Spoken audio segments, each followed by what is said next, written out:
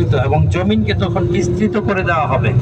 রাসূল সাল্লাল্লাহু আলাইহি ওয়াসাল্লাম বলেছেন, তখন আর এই পাহাড় টাহাড় কিছুই থাকবে না, জমিনকে বিস্তৃত করে দেওয়া হবে, যা তখন প্রয়োজন তেমন করে দেওয়া হবে পৃথিবীকে। এই সীমানা ভিতরের থেকে প্রায় 1 বর্গ কিলোমিটার, চতুর্দিকে 1 কিলোমিটার বর্গ কিলোমিটার, সেটা হচ্ছে আরাফার ময়দান। এর বাহিরে সূর্য অস্ত যাওয়ার আগে কোনো অবস্থাতেই যাওয়া যাবে না। সূর্য পশ্চিম দিকে হেলে পড়ার পর থেকে সূর্য অস্ত যাওয়ার পূর্ব পর্যন্ত, হ্যাঁ, সকলকে এই আরাফার ময়দানে, এই সীমানার ভিতরে থাকতে হবে। যে যেখানে যে অবস্থায় থাকুক, সে আরাফার ময়দানে আছে।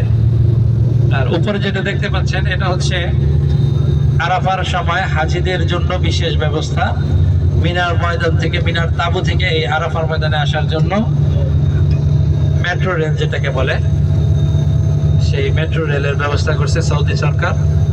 এখান থেকে জামারা পর্যন্ত এই রেল লাইনটা টানছে। ডানে বামে যে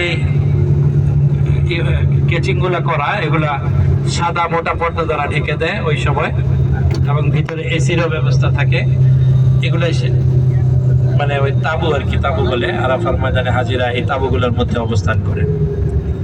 তাবুতে, তাবুর বাহিরে সব জায়গায় তখন হাজি থাকে, চতুর্দিকে শুধু হাজি আর হাজি থাকে, সবাই এক পোশাকে।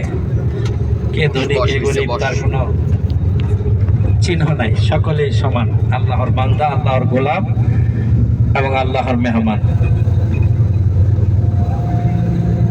যদি এই হজ, এইখানে অবস্থানটা যদি আল্লাহর সাথে দৃঢ় সম্পর্ক বজায় রেখে এক